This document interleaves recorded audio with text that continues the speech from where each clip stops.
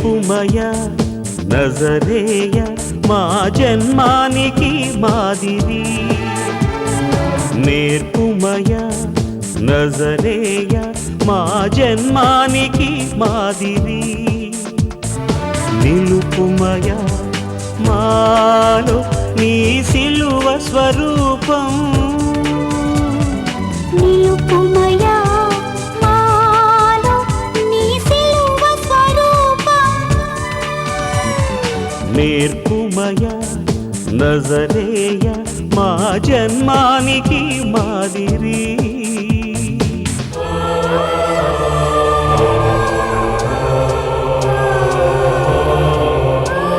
నజరేయుడైన యేసు పరిశుద్ధ నామమున ప్రియ నేర్పుమయ నజరేయ ప్రేక్షకులకు నా హృదయపూర్వకమైన శుభాభివందనాలు తెలియపరుస్తూ ఈ సమయాన వాక్యము దగ్గరికి మిమ్మల్ని ఆహ్వానిస్తున్నాను.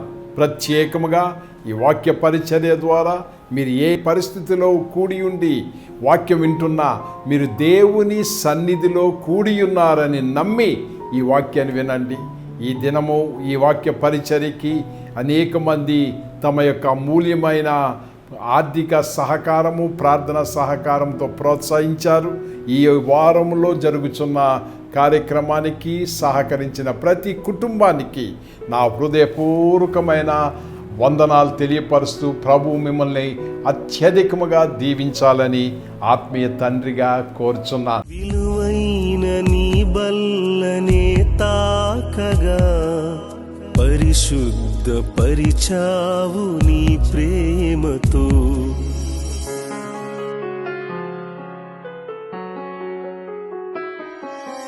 విలువైన నీ బల్లనే తాకగా పరిశుద్ధ పరిచావు నీ ప్రేమతో. విరువబడిన ఈ రొట్టె నా దేహమని పంచుతున్న ద్రాక్షరసం నా రక్తమని. ఇందులోని తిని త్రాగువాడెల్లను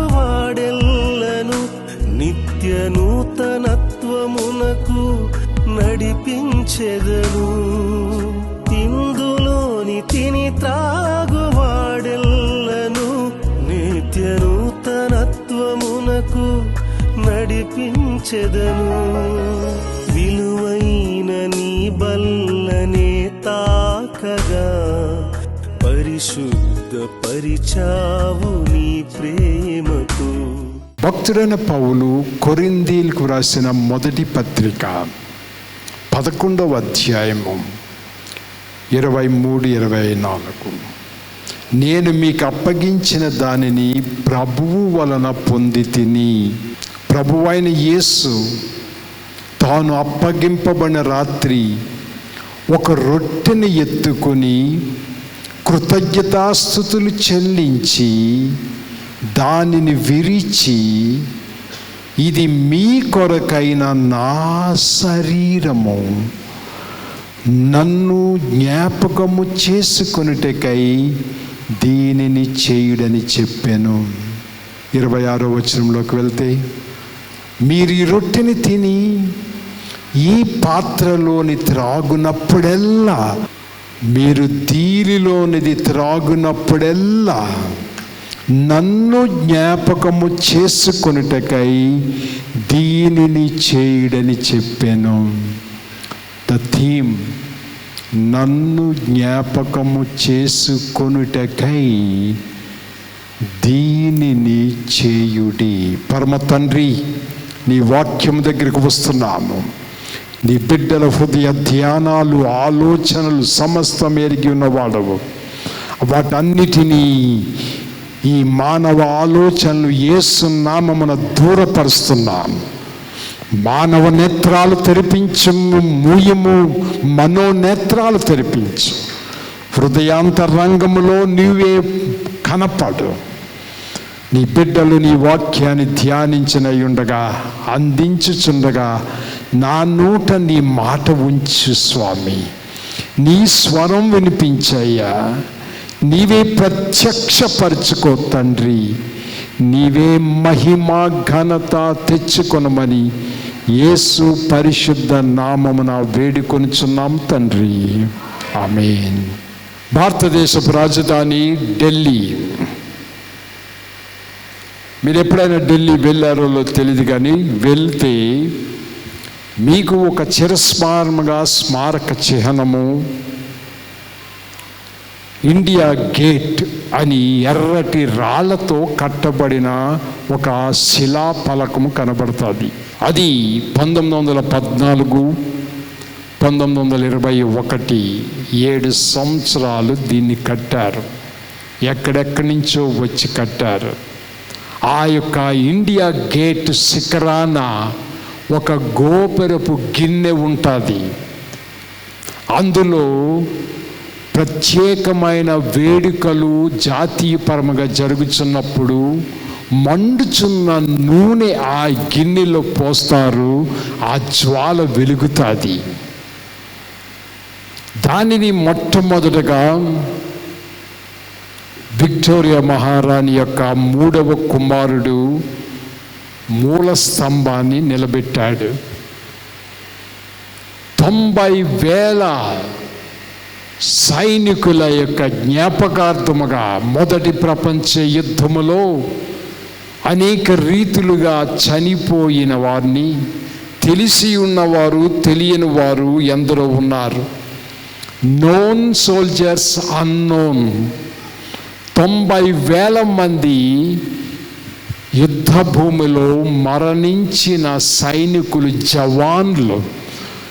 ఆ జై జవాన్లకి స్మారక చిహ్నముగా ఆ గోపురం పైన గిన్నె మండుచున్న నూనె అక్కడ జ్వాల వెలిగించడం, ఇది అంతా చారిత్రాత్మకమైన స్మారక చిహ్నం. ఇప్పుడు దానిని ఆ నూనె పోసి వెలిగించడానికి బదులు దానిని ఒక శాశ్వత జ్వాలలుగా 4 జ్వాలలు పెట్టారు. దానికి ఇప్పుడు ఒక మంచి పేరు పెట్టారు, అమర్ జవాన్ జ్యోతి.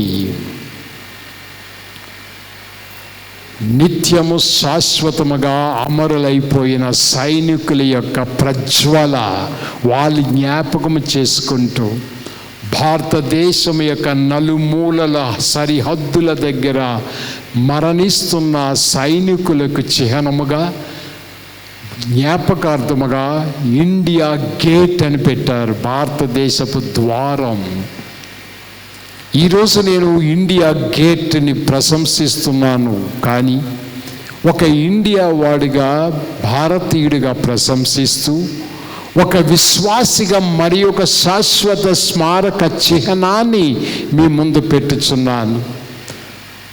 ఇండియాలో రిపబ్లిక్ డే లాంటి ప్రత్యేక నేషనల్ సెలబ్రేషన్ జరుగుతున్నప్పుడు ప్రధానమంత్రి గారు అక్కడికి వెళ్ళి ఆ జ్వాలల దగ్గర శ్రద్ధాంజలి ఘటిస్తారు.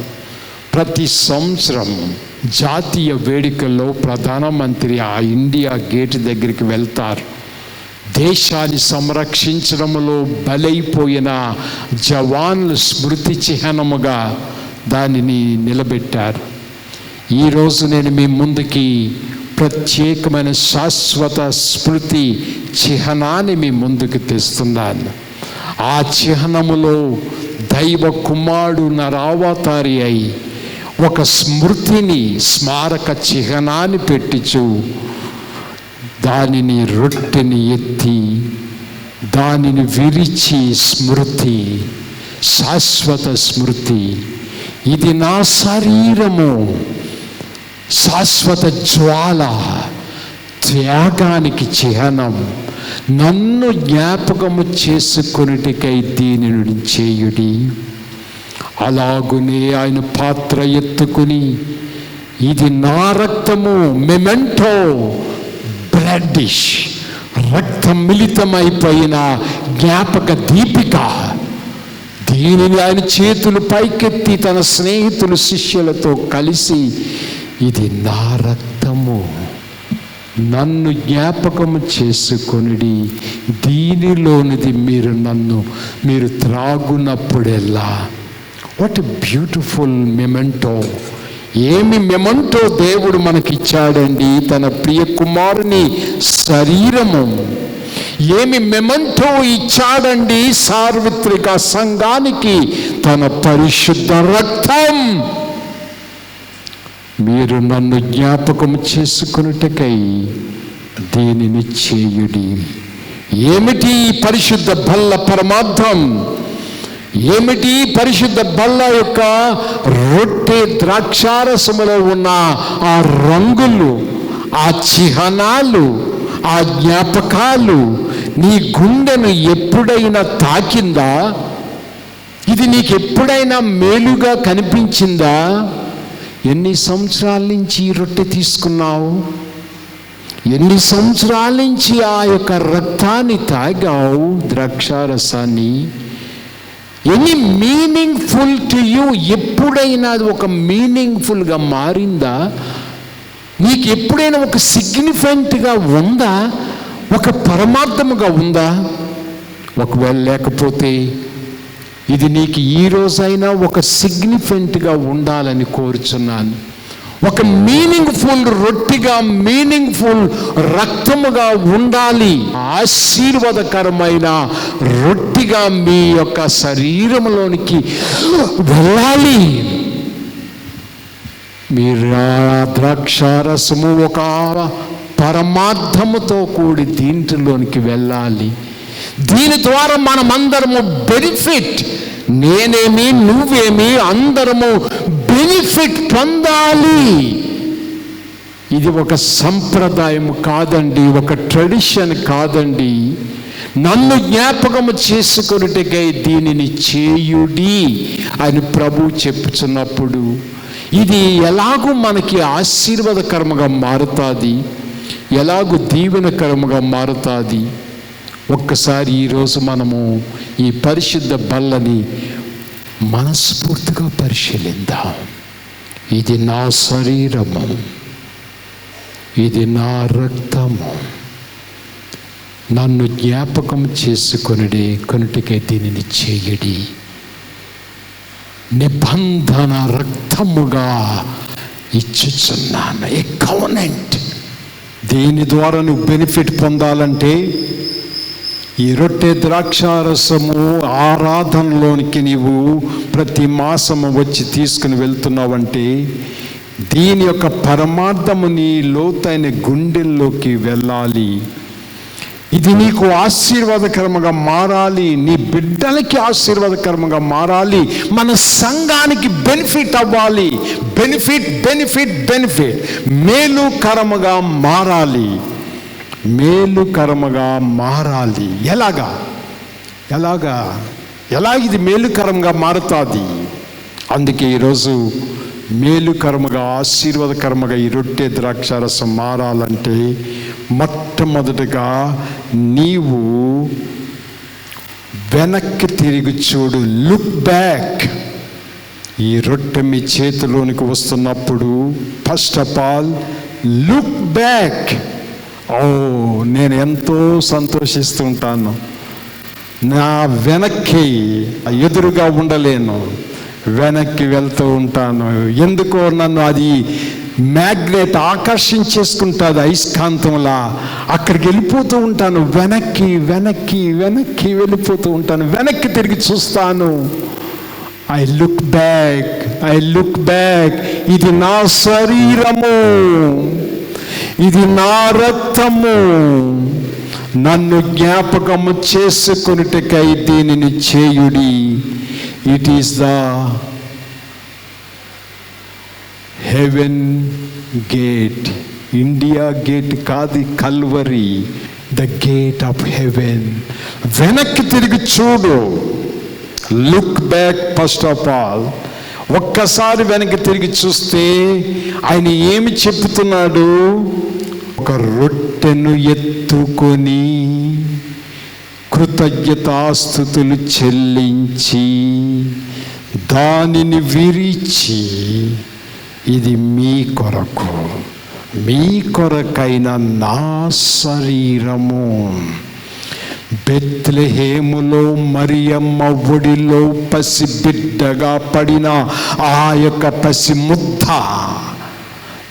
మెత్తగా ఉన్న ఆ ముద్ద, ఆ శరీరము, ఆ కాళ్ళు చేతులు, ఆ తల నుంచి పాదాల వరకు ఉన్న ఆ శరీరము సంవత్సరం వెంబడి సంవత్సరము ఈ భూలోక యాత్రలో ఎదుగుతూ భూమి మీద ఆ శరీరము ఎదుగుతుంది. Body, this is my body, ఇది నా శరీరము, దేవునికి కృతజ్ఞతాస్తుతులు చెల్లిస్తున్నాను. ఈ శరీరమునకు సూచనగా రొట్టెను పైకెత్తి వెనక్కి చూడు. ఆ ప్రభువు జీవించిన తీరు చూడు, ఎంత పర్ఫెక్ట్గా జీవించాడు. ఆ బాడీ ద్వారా ఎంత పరిశుద్ధముగా జీవించాడు. ఆ బాడీ ద్వారా ఆ రక్తముతో మిళితమైన ఆ జీవ శరీరం నడుస్తూ, తప్పడడుగులు వేస్తూ, నడుస్తూ, పరిగెడుతూ వడ్రంగి కుమారుడుగా ఆ యొక్క రంపాని సుత్తెని పట్టుకుని అమ్మకి నాన్నకి తోడుగా ఉన్న నా శరీరం ఇది. అందులో నుంచి, ఆ ఇంటిలో నుంచి నాన్న చచ్చిపోతే అమ్మకి అండగా ఉన్న, కొడుకుగా ఉన్న శరీరం ఇది. ఒక్కసారిగా ప్రజల యొక్క కష్టాలను చూసి కంపాషన్గా, కనికరముతో కదిలిన శరీరం ఇది. ఎన్నెన్నో శోధనలు మీదకు వచ్చిన పాపము చేయని శరీరం ఇది. లుక్ బ్యాక్, ఒక్కసారి చూడండి ఆ శరీరం. అది పరిశుద్ధమైనది, పరిపూర్ణమైనది, ఏ పర్ఫెక్ట్ బాడీ. ఆ శరీరము చివరికి సిలువలో వ్రేలాడుతూ, తండ్రి నీ చేతికి నా ఆత్మను అప్పగిస్తున్నాను అని నోరు తెరచి బిగ్గరగా అరిచిన శరీరం అది.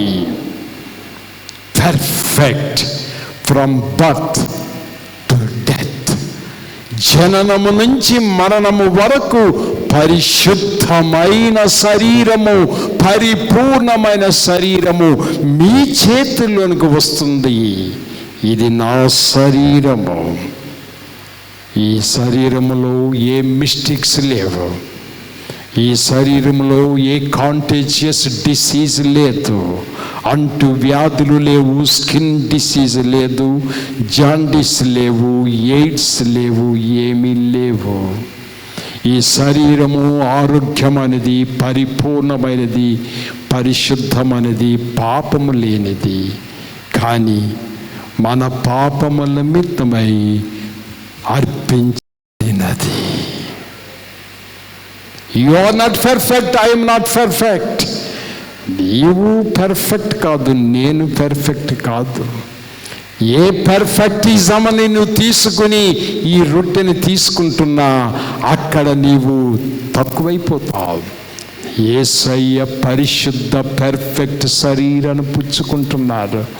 ఇది నా శరీరము. లుక్ బ్యాక్, పరిశుద్ధమైన శరీరం వైపు చూడు, పరిపూర్ణమైన శరీరం చూడు, మన పాప పరిహార్థమై బలైపోయిన శరీరాన్ని చూడు.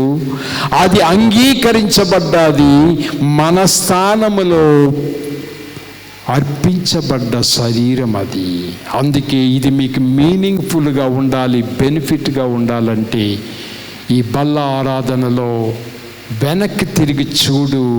ఆ రొట్టెను పైకెత్తినప్పుడు ఇది నా శరీరము, నన్ను జ్ఞాపకం చేసుకున్నట్టుకై దీనిని చేయుడి. ద్రాక్షారసాన్ని పైకెత్తినప్పుడు వెనక్కి తిరిగి చూడు, ఇది నా రక్తము, నూతన నిబంధన రక్తము. హెవెన్లీ ఫాదర్, పరమ తండ్రికి పరిపూర్ణమైన ఒబీడియన్స్ చూపించిన శరీరము. తన శరీరము ఫోకస్ అవ్వాలని కాదు, ఆకర్షించుకోవాలని కాదు, ఈ శరీరము ద్వారా ఆ తండ్రి ఏమి కోరుకుంటున్నాడో అదే నెరవేర్చాలని, అదే చేయాలని విధేయత చూపించిన శరీరం అది. విధేయతకు సాదృశ్యం ఎప్పుడైతే ఇది నా శరీరం అని ప్రభువు పైకెత్తాడో, ఇప్పుడు ఆ యొక్క పాత్రను పైకెత్తి ఆ గిన్నెను, మండుచున్న గిన్నె, ఆ జ్వాల, ఒక ప్రక్కన ఇస్కరియోతు యూదా ఉన్నాడు, అప్పగించేస్తాడు. ఒక ప్రక్కన రగిలిపోతుంది, నీ కొరకు చనిపోతాను అన్న పేతురు దొంకేస్తాడు, పారిపోతాడు. ఉడికిపోతుంది ఆ గోపురపు గిన్నె, ఉడికిపోతుంది. ఈ తత్వాలు, వీళ్ళు అబద్ధమాడేవాడు ఒకడు, పారిపోయేవాడు ఒకడు, అప్పగించేవాడు ఒకడు, వీళ్ళందరి మధ్య ఇది నా రక్తము అంటున్నప్పుడు ఉడికిపోతుంది. మండుచున్న గిన్నె ఇది. జ్వాలలు పస్కా పండుగ నాడు తన రక్తమే ఆ గిన్నెలోనికి పోయబడుతుంది, పొంగుతుంది. ఇది నా రక్తము, అనేకుల కొరకు చిందింపబడుచున్న రక్తము. ఎప్పుడైతే వెనక్కి తిరిగి చూసావో ఆ శరీరం, ఎప్పుడైతే వెనక్కి తిరిగి చూసావో ఆ రక్తము, ఆ రక్తములో నీకు నాకు ఏమి కనబడుతుందో తెలుసా? త్యాగం, సాక్రిఫైస్, త్యాగం కనబడుతుంది. పరిశుద్ధమైన రక్తము ప్రోక్షింపబడుచున్నది.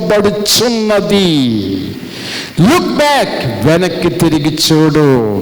నన్ను జ్ఞాపకం చేసుకొనుటకే దీనిని చేయుడి. లుక్ బ్యాక్, వెనక్కి తిరిగి చూడు. అది నా శరీరం అన్నప్పుడు ఎంత విధేయతగా తన బాడీని వాడాడు 33.5 సంవత్సరాలు. ఎంత విధేయతగా మన బాడీని వాడుచున్నాము ఈ 30, 50, 60, 70, 80 సంవత్సరాల మన శరీరము. ఆ రొట్టె మనలోనికి వచ్చినప్పుడు బలహీనమని శరీరము బలమనందుతాది. ఆ పరిశుద్ధ రక్తాన్ని స్వీకరించి మనం తీసుకొంచున్నప్పుడు వెనక్కి తిరిగి చూస్తే మన పాపములు పారద్రోలబడతాయి, మనము పరిశుద్ధులుగా మారుతాం. మన స్థానములో ప్రభువు అర్పించేశాడు. ఈ బాడీ, ఈ రక్తము రెండిటిని చూపిస్తున్నప్పుడు, రక్తము త్యాగానికి ఎందుకో తెలుసా? ఒక్కొక్క బొట్టు శరీరంలోంచి బయటికి వెళ్ళిపోతూ ఉంటే, ఆ యొక్క రక్తపు ధారలు బయటికి వెళ్ళిపోతుంటే ప్రాణం పోతుంది, ప్రాణం పోతుంది. నిర్జీవమైన శరీరముగా మిగిలిపోతుంది. దేవుడు నీ కోసం, నా కోసం తన ప్రియ కుమారుని అర్పించి ఆ రక్తాన్ని, శరీరాన్ని రెండిటిని వేరు చేసేసాడు సిలువలో. అందుకే మీకు రొట్టె ద్రాక్షారసం ఇస్తున్నప్పుడు రెండు కలిపి ఇవ్వం, తీసుకోవచ్చు, నో ప్రాబ్లం.